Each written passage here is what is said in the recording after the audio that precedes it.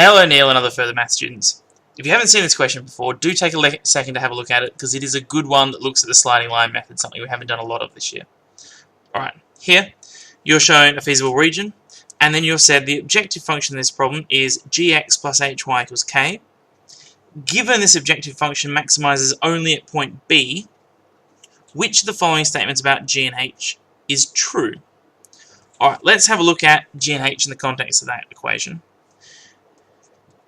Gx plus hy equals k. If you rearrange that, we can see that if you take gx from both sides, you have hy equals negative gx plus k.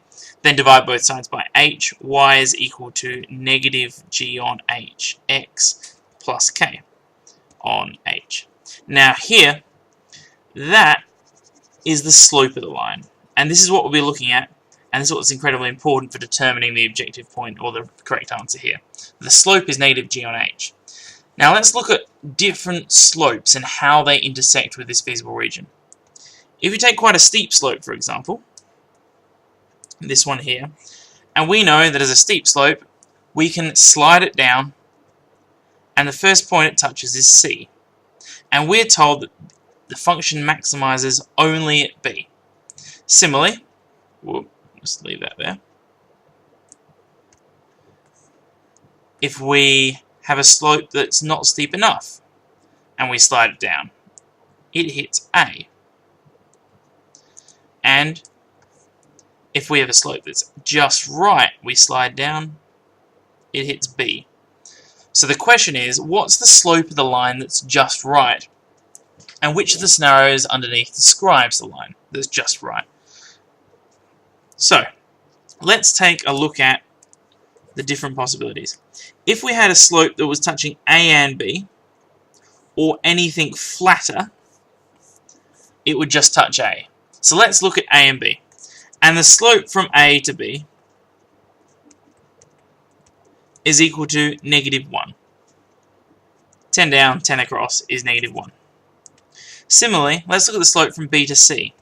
Now this looks a little harder, but if we go from here down, then measure the length across, whoops, I missed it spectacularly, then rise over run, or you can use the formula, is about negative 1.5. So we're looking for the slope of a line that is between negative 1 and negative 1.5. We want to be in between these numbers. If it's beyond negative 1.5, we hit C. If it's towards the 0 side of negative 1, we hit A. In between, we're hitting B. Now, let's see what this looks like in the context of the slope. If we have minus g on h, and let's say g is 5, h is 7, the negative's still there, that would be hitting A. If we had it the other way around,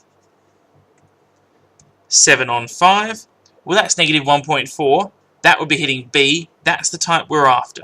So which describes one that could be negative 7 on 5, or could be written as a negative 1.4 on 1? What describes a number in between minus 1 and 1? Alright, let's look at g and h could be equal.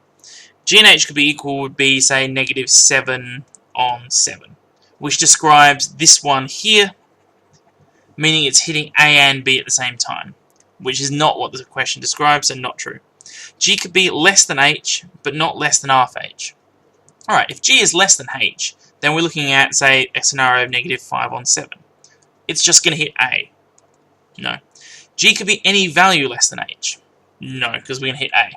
Because, well, that's a small number on top. We don't want a small number on top, we want a scenario that looks like a 7 on 5. G could be 1.5 times h. Now that's more interesting. So that's saying that if we got h as 1 underneath, and we made the top one 1.5 times it, what that's describing is this scenario here, a slope of negative 1.5, which hits both B and C. We don't want it hitting both B and C, we want it just hitting both B. So look at this one here. G could be more than h, so that's saying the top number's more than the bottom, good, but not as much as 1.5 times, because 1.5 times made the slope too steep.